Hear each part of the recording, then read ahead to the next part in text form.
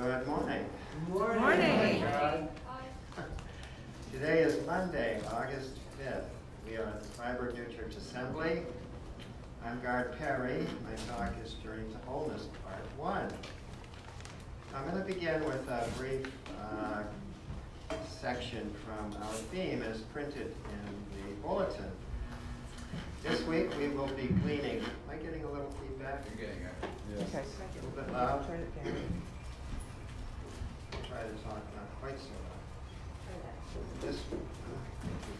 This week we will be gleaning insight from the book Rise Above It, Spiritual Development for College Students, co-written by Ray and Star Silverman. Rise Above It refers to rising into higher states of consciousness through practicing universal spiritual principles. Using 10 Commandments as a framework, this book demonstrates how spiritual practice is at the core of every major religion, regardless of differences in doctrine or ritual. In this book, college students will not only learn the commandments that occur in Judaism, Christianity, Islam, Hinduism, and Buddhism, but will also have the opportunity to practice these principles in their own lives. In addition, from our bulletin, as many see the Sermon on the Mount as Jesus' expression of the inner meaning of the commandments, lectures will also examine both Old and New Testament teachings for the many ways that lead to the life of heaven, end quote. So that's our theme for this week.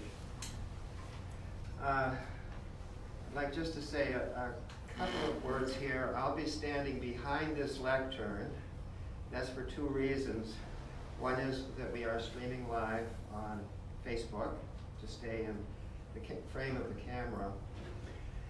And the other is I wish to convey some ideas that I believe are important this morning. And to do so, I'm going to need to stay pretty close to my text. So though I'm far from you in a way, I want to sort of maintain and begin with a connection with my speaking and your hearing. So I feel pretty comfortable here, and it's such a treat to be with all of you. Of course, we have Ray and Star Silverman. I trust you've all met the authors of our book, so wonderful to have them here with all of us. So if you're comfortable in your seats, with the privilege of being here at the Freiburg New Church Assembly, I'll feel connected with you to convey these ideas. Now to begin, I'd like to say a word about the difference between an idea and a concept. A concept is that which we use to file aspects of an idea so that we can organize it into a framework, and we are conceptual in our thinking much of the time. And concepts are very, very handy. They are not ideas, however. An idea, as I'll say later in the talk, is a force within human life that has the potential to bind all the aspects of our human being into a whole. Our instincts, our thoughts, our emotions, our feelings, our senses, all of these can be brought into wholeness. And an idea, for which the metaphor is an idea can be planted as a seed. This results in spiritual conception. Now, I used to think of that as a metaphor, spiritual conception, which it is. I now realize this is also literal. There can be literal conception within the inner person, and that idea grows. And ideas are that in human life which have that power and that potential.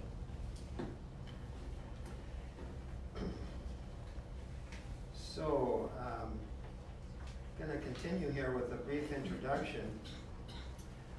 When I read Ray and Star Silverman's introduction to their book, Rise Above It, Spiritual Development for College Students, excerpts from which I'm going to read, I'm struck by the following phrases: spiritual development, experience and awakening, raising one's consciousness. And I just use the phrase spiritual conception. Those phrases and others like them can invoke in oneself a radical shift in one's consciousness. Now, I'm also struck as I read the book with the idea that the context of these ideas imply a lifespan. College students are generally speaking in the first half of life, in young adulthood. There is as well a second half of life. We might call it mature adulthood. And there is that which I will call the third half of life, where one can find more depth than is usual, a deep integration of all aspects of ourselves as a whole person. The chronological lifespan then is in 3 stages, first half up to and beyond college, a middle stage, chronologically varies quite a bit, 40s to 60s, shall we say, where one attends to the accomplishments of family and in the world in order to become useful, necessary, of course, and a third stage, the third half, where a transformed life becomes possible, and one becomes and continues to become something more than we think of as a truly human whole person. So my plan is to start with a brief tribute to this work for young people in the first half of lives, intended to help them rise above their lower nature to make good decisions. Then we'll shift attention to the second half of life to become more deeply understanding of others. As commentary on Jesus is saying that one needs to let go of some of what one has achieved in the outer life in order to become more committed to what lies within. Now this is followed by a third phase of life, attention to what can happen, which I will introduce the idea of becoming more whole persons as seen through that which utilizes the structure of the human psyche as we find that articulated in Swedenborg's writings. So if you're all able to pay attention as I am, as I'll continue. So, Rise Above is spiritual development for college students, addressed to the first half of life. Ray and Star Silverman declared in Rise Above It that they wanted to show that the major religions of the world, regardless of their differences of doctrine and ritual, have the same goal: to help people rise above their lower nature so they can awaken to something higher and nobler. Written as a self-help book for the general public, the first edition of Rise Above It invited people to experience the awakening for themselves by living in accordance to what many believe the most simple, most complete summaries of universal truth, the 10 Commandments. With this in mind, the authors believe that a college course in which students practice the commandments, not just learn them, would provide a solid foundation for these young people in their spiritual development.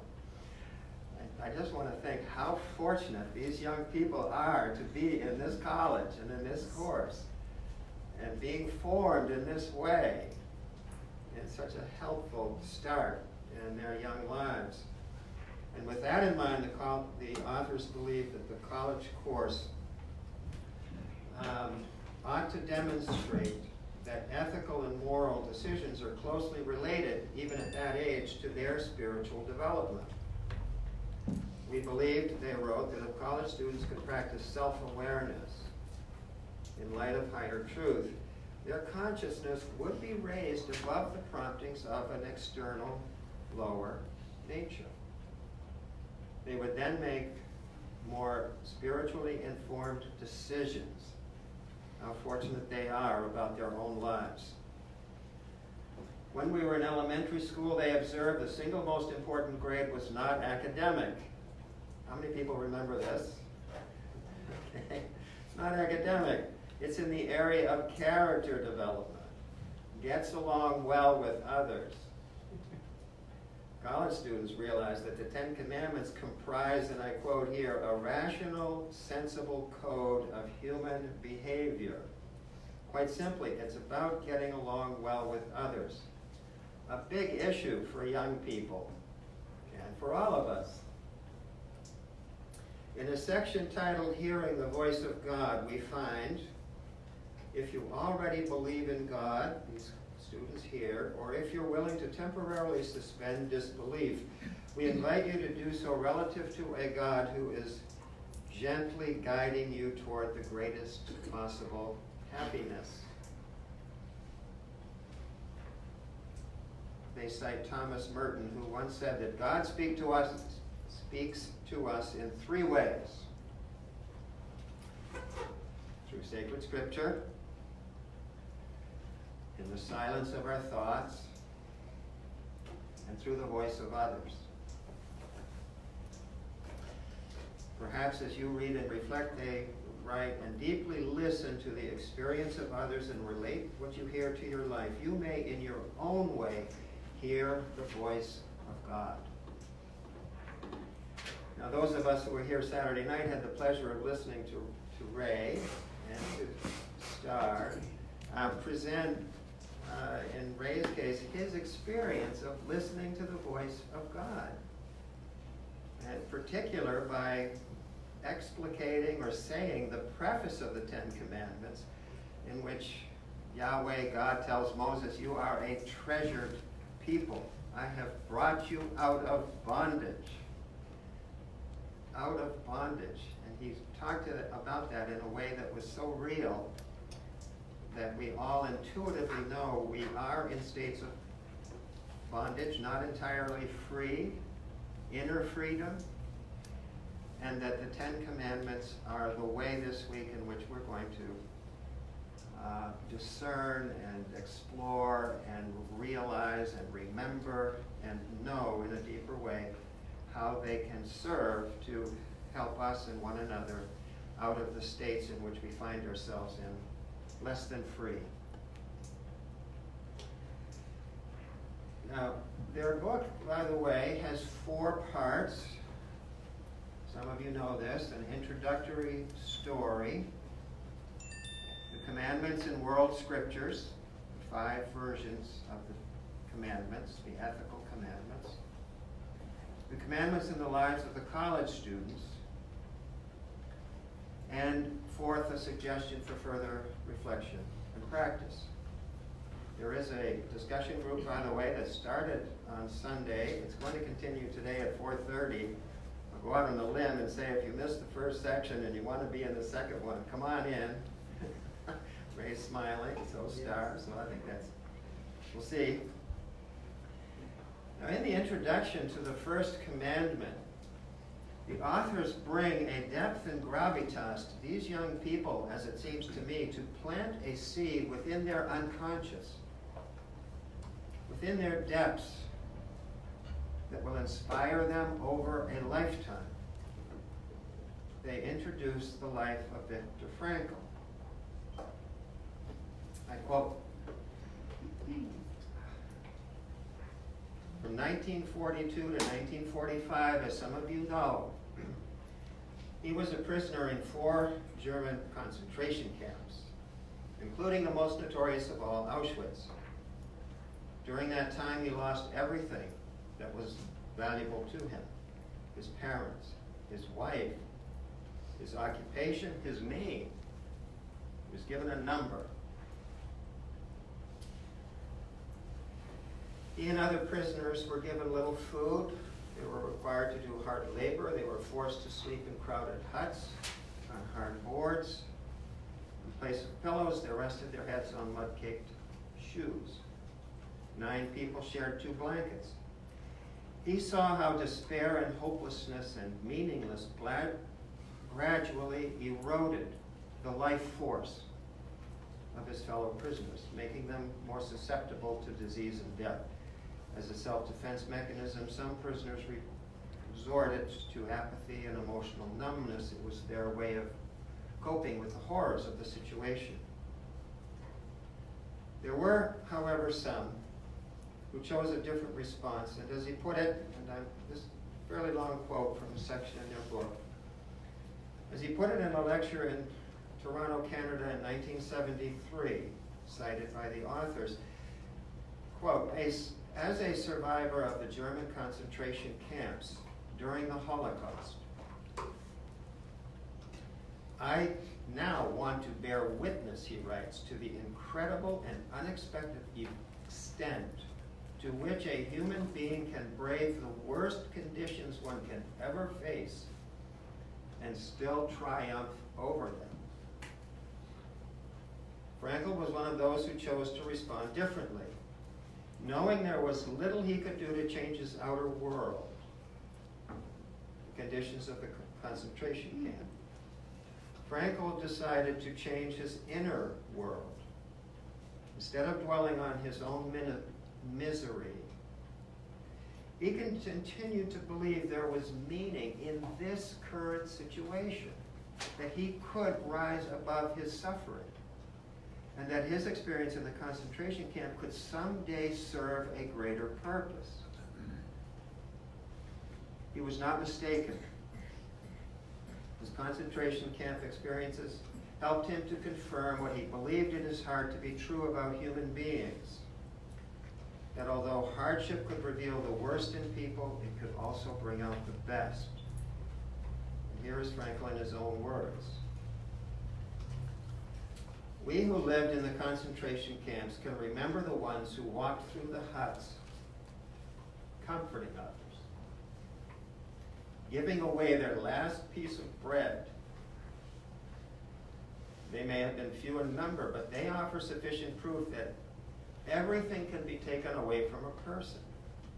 But one thing, the last of the human freedoms, to choose one's attitude in any given set of circumstances, to choose one's own way. Even one such example is sufficient proof that our inner strength can raise us above our outward fate.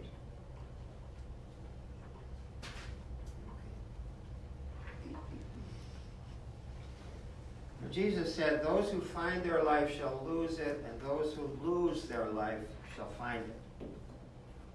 For those who want to save their life shall lose it, and those who lose their life for my sake shall save it. For what will it profit them if they gain the whole world but forfeit their life? Those who find their life shall lose it, and those who lose their life shall find it. As I shift now to a later stage of life, the second half, roughly between 40 and 60, or any chronological age you wish, the middle years, to provide an indication on the timeline of the process of regeneration, I want to underline something that we just heard from Viktor Frankl. Knowing there was little he could do to change his outer world, the conditions of his concentration camp, Frankl decided to change his inner world. Instead of dwelling on his misery, he continued to dwell that there was on this idea that there was meaning in his current situation, that he could rise above his suffering, and that his experience in the concentration camp could someday serve a greater purpose. Now, the distinction drawn between the outer life and the inner life is important. The outer world was both the harsh circumstances forced on him by those outside, and it was his thoughts and emotions about those circumstances. Viktor Frankl's thoughts and emotions, our thoughts and emotions, through which and within which we relate to the outer world, and that which we often confuse with the inner life, are actually part of the outer world. Frankl's inner life was deeper than that. And our inner life is comprised of something other than our thoughts and our emotions about what we're experiencing. It is comprised of a living force, which I will suggest is love for the neighbor. Jesus is saying, evokes the truth of this idea. Those who find their life will lose it, and those who lose their life shall find it. Now, there is, of course, a straightforward interpretation of this distinction from a New Church Swedenborgian perspective of hierarchy of loves. There are four: love of self, love of the world, love of the neighbor, love of the Lord. Now, in the first half of life, we are required to attend to the first two loves to develop a healthy sense of self and to learn enough about the world to be useful in our families and in the occupations in the world that so much need to be done. However, there comes a time for some, for greater depth, which Jesus is saying suggests, and that which Viktor Frankl's life demonstrates. There comes a time when one's ruling love can shift to loving the neighbor. It is as if such a person dies to his and her former ruling love and begins to live within and for loving others and understanding others. In his book, Lost Christianity, Jacob Needleman has helped me understand something of the depth of this idea of a shift to a ruling love from one level, I will suggest of the psyche, to another. He writes in his book, Lost Christianity, one phrase has been in front of my mind throughout this book, the definition of a religion of love. Our question is one of understanding the nature of love with respect to its moral action and its human suffering. The question is, what is the expression of love to my neighbor?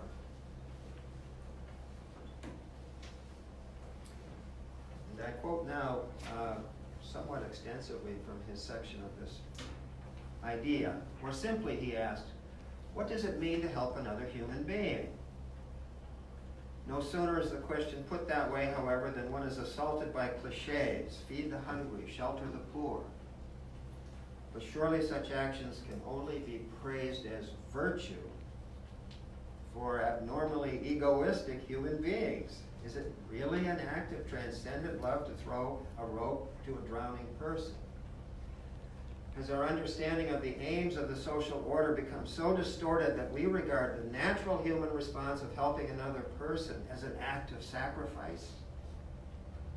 Surely the answer is yes. In many quarters of our society, that is what it has devolved into, with the consequence that the commandment of love has been reduced to relating to only one aspect of the whole human being, in ourselves and others, the aspect that we term the outer. He writes the body. I write conduct, our actions. Always remembering that under this term of the outer is not only our conduct, but our thoughts and emotions, which we often mistakenly think is the inner. He writes, no, that's the outer. End of quote. Here we must recall what Viktor Frankl accomplished. It was not a cliche. He did not feed the hungry, certainly not from an egoistic position. He demonstrated a hitherto unknown meaning in life, a force that had survival value.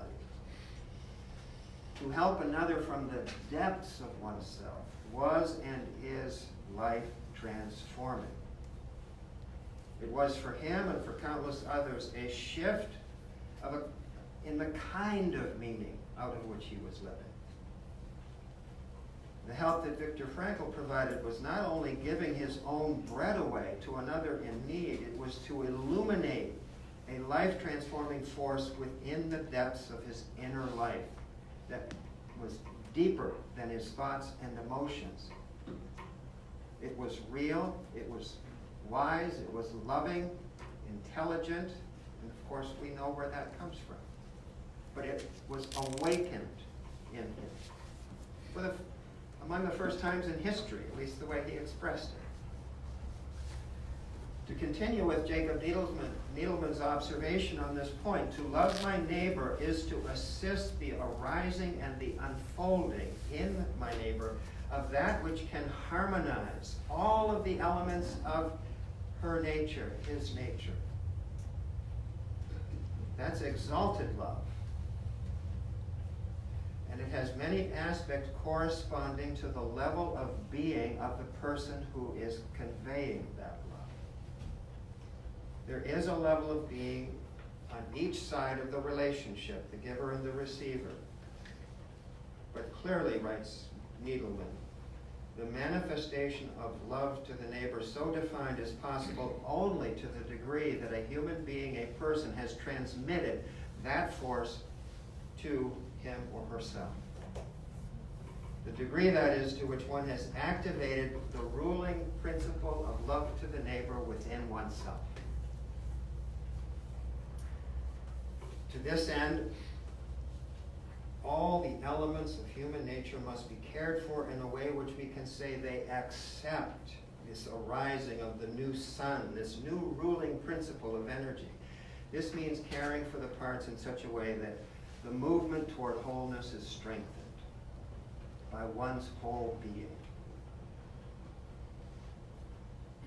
Continue. But love to the neighbor is the name of the force or principle with human nature that can bind all of the elements of a human being, intellectual, emotional, instinctual, through a mediating relationship to the highest principle and order and mind in the universe. He's a philosopher, so he writes the highest principle of order and mind in the universe. A theologian, you might be hearing a slightly different echo. That, by the way, is what Swedenborg calls, I'll have to use the standard edition if you don't mind, the rational person. That's a new definition for the word rational. I'll talk about that in another talk, not this one, but that's the mediating principle between the outer and the genuine inner. And Jacob Needleman continues, what has been lost everywhere in the life of human beings, in his view, is the confrontation within oneself of two fundamental forces in the universe and in ourselves. We're a microcosm. The movement of creation and the movement of return. Creation and return.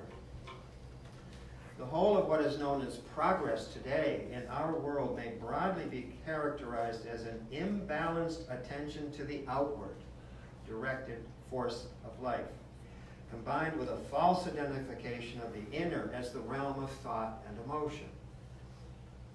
Thoughts and emotions that are given the name inwardness are actually serve the motion outward. They are a degradation of psychic energy. This is flesh. That comes from Paul. This is flesh. Thoughts and emotions are not the inner person, he writes. Mysticism and spirituality by themselves are not enough. Social action and therapeutic caring by themselves are not enough. Nor is it enough simply to reach for both at the same time. The lost element in our lives is the force within oneself that can attend to both movements within human nature, within our own being, and can guide the arising of this force within my neighbor in a manner suited to his or her understanding. And that force is love to the neighbor. I'm going to shift gears just a little bit here to give a little more concreteness to this notion. To do so, though, I want to pause and make a distinction between my way of using the word self and proprium. Proprium is a very important concept.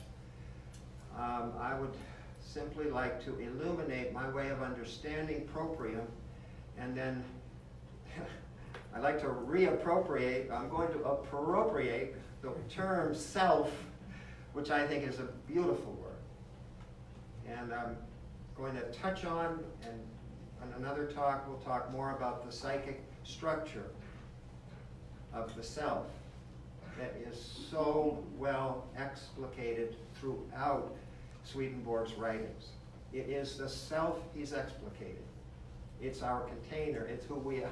It's, I'm going to say, for purposes of convenience, it's who we feel ourselves to be.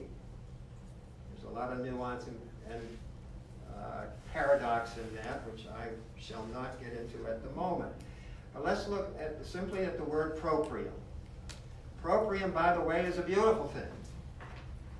There's natural proprium, spiritual proprium, celestial proprium, and only the Lord has proprium. And what I'll suggest is that proprium is a gift. And it's roughly equal to the experience, quote unquote, of being here. Who's here? Who's asking who's here? Who's hearing who's here? And if you just realize there's someone hearing that, and that you have a location, and that you realize there's someone next to you who also has a location, they have their own here. Proprium means here.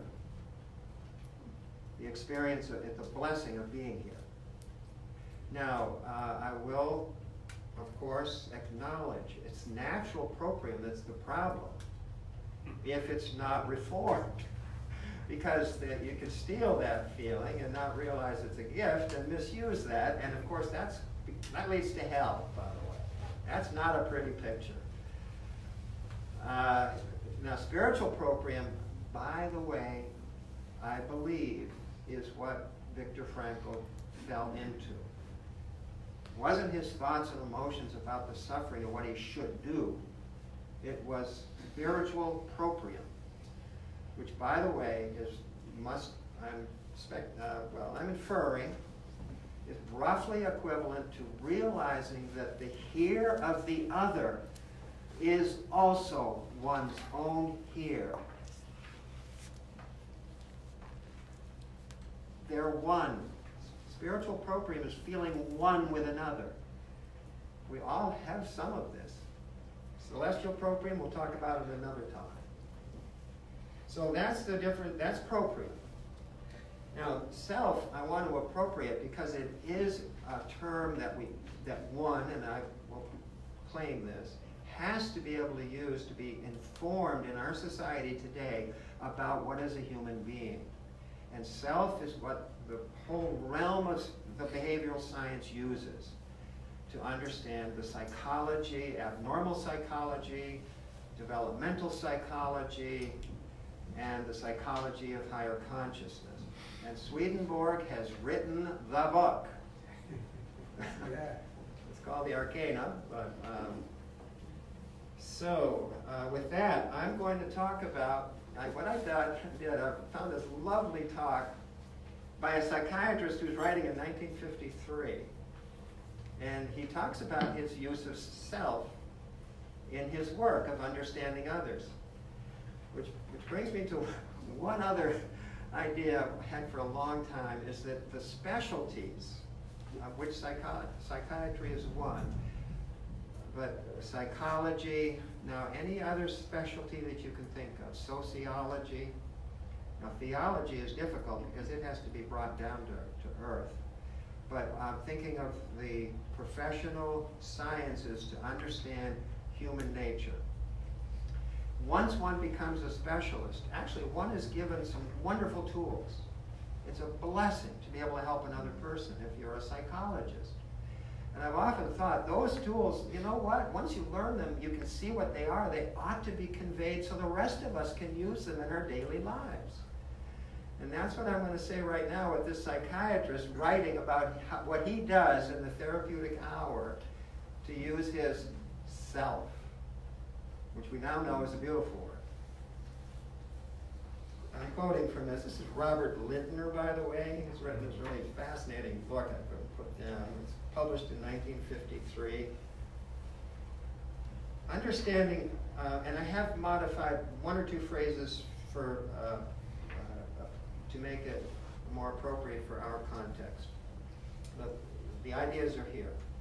Quote, understanding others as an act of loving employs the most common instrument of all, one's own human self, utilized fully in an effort to understand another.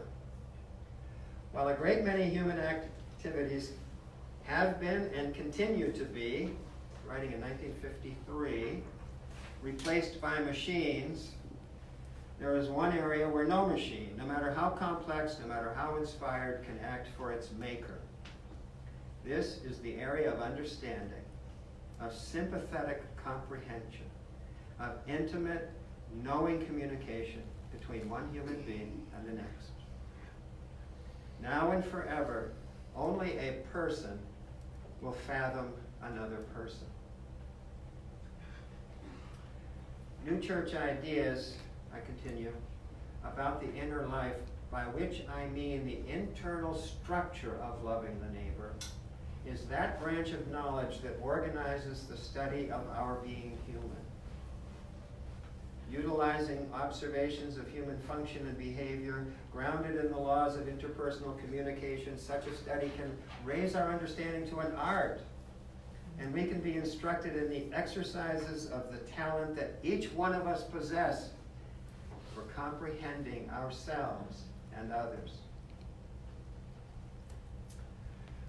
So, that is the realization, a version of realization of a mature second half of life, the birth of the force of love to the neighbor.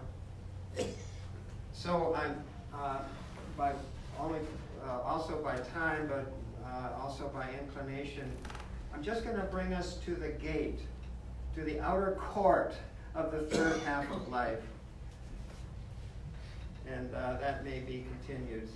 So perhaps you just hear these couple of ideas with a soft listening, maybe with your inner ear, as if you're hearing them for the first time.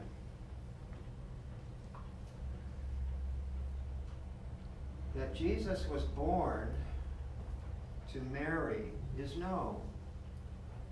Just as another human being was he born. He was also born again and became divine.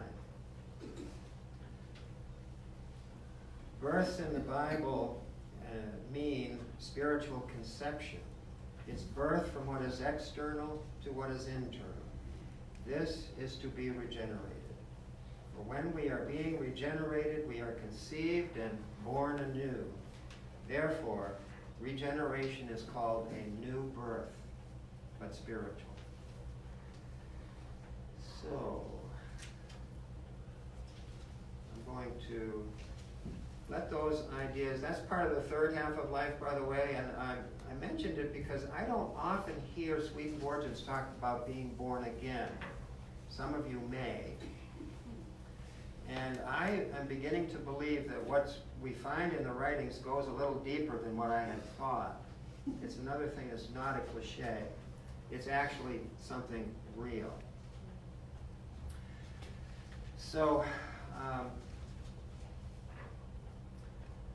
I'm going to close at this time by saying in this talk we have looked in detail in the context of our theme for this week of the Ten Commandments, of living in accord with the Ten Commandments, where it was observed that when we were in elementary school, the single most important grade was not academic, but in the area of character development. Gets along well with others. Love that. College students realize that the Ten Commandments comprise a rational, sensible code of human behavior.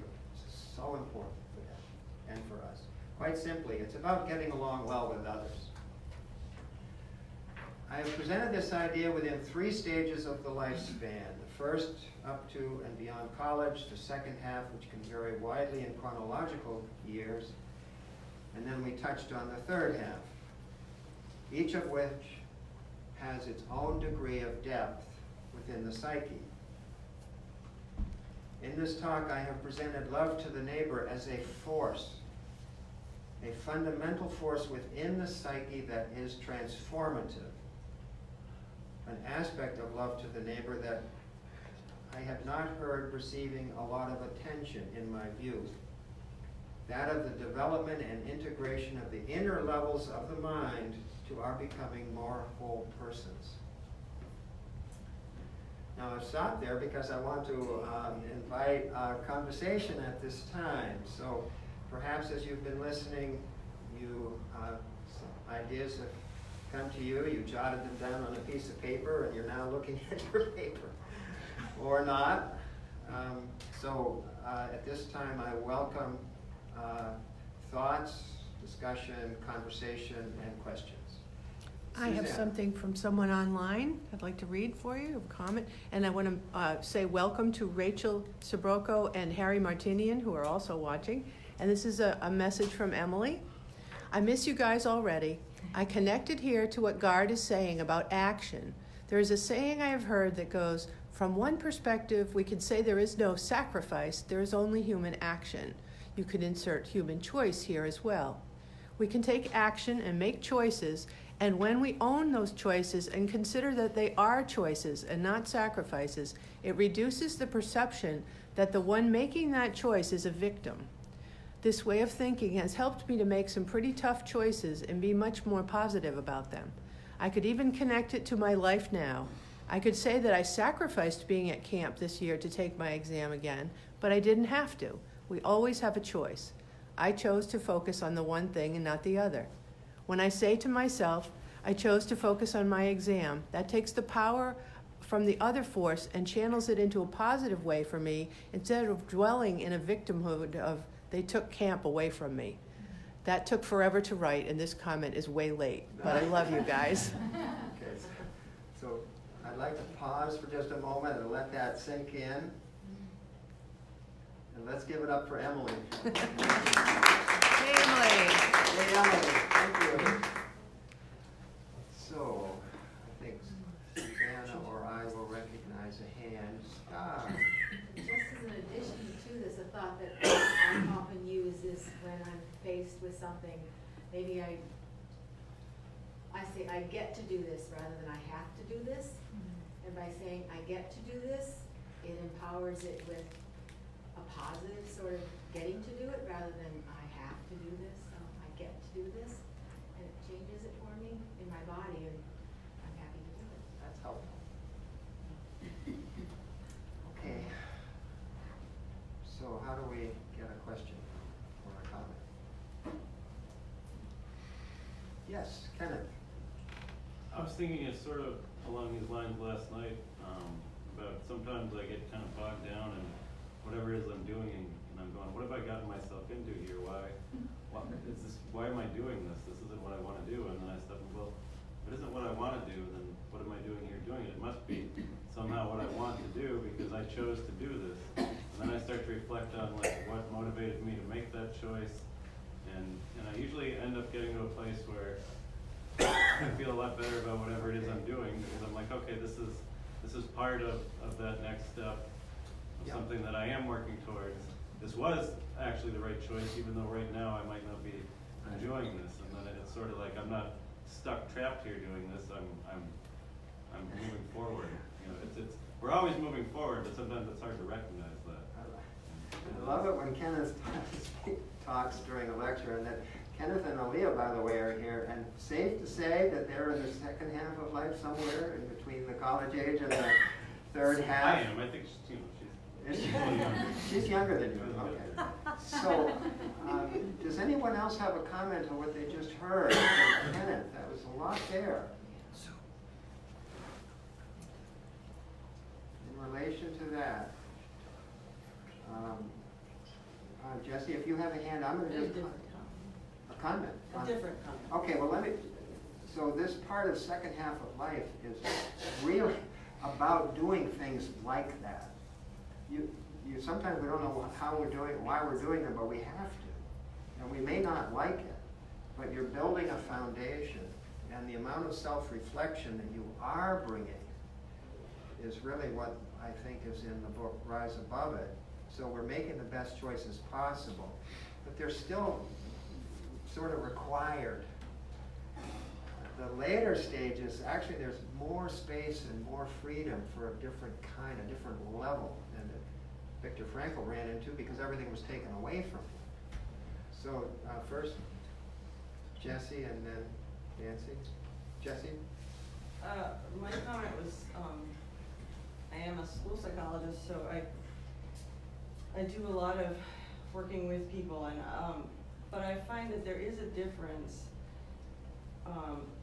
when you really are opening yourself up and really hearing what that person is saying and really connecting with that. It is transformative for me, as opposed to just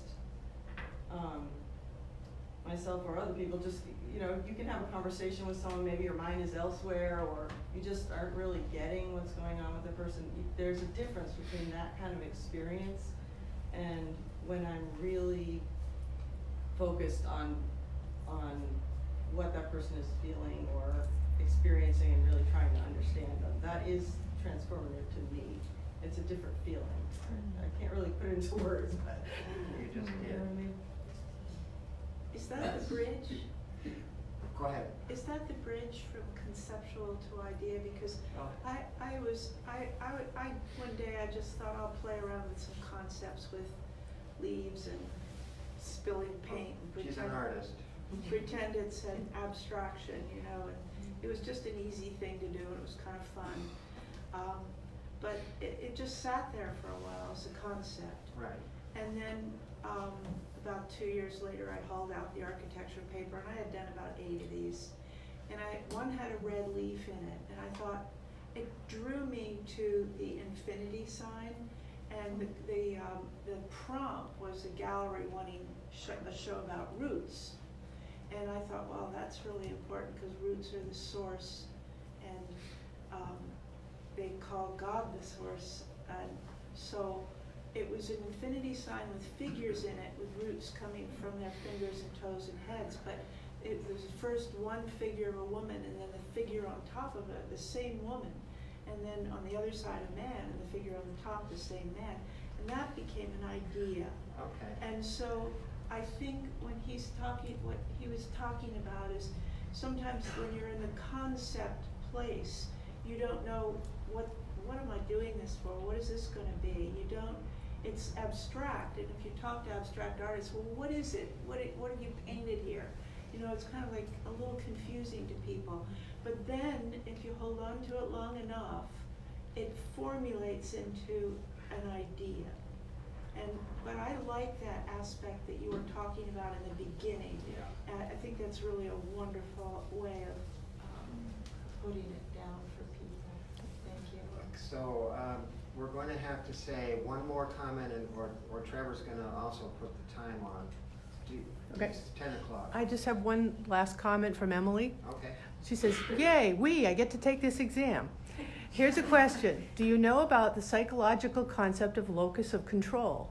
That type of thinking is an internal locus of control. Piles of psychological research say an internal locus is correlated with more positive outcomes of so many things. Oh, and also my professor actually did say that to me. You get to take the exam. And I have to tell you now, that is not what I wanted to hear and wasn't helpful. Sometimes things are just hard, but making ourselves think that way does change the pathways. But it can go pretty extreme that way, and there is a balance. Thank you, Emily. Okay, with that, our time is up. Thank you very much. Thank you.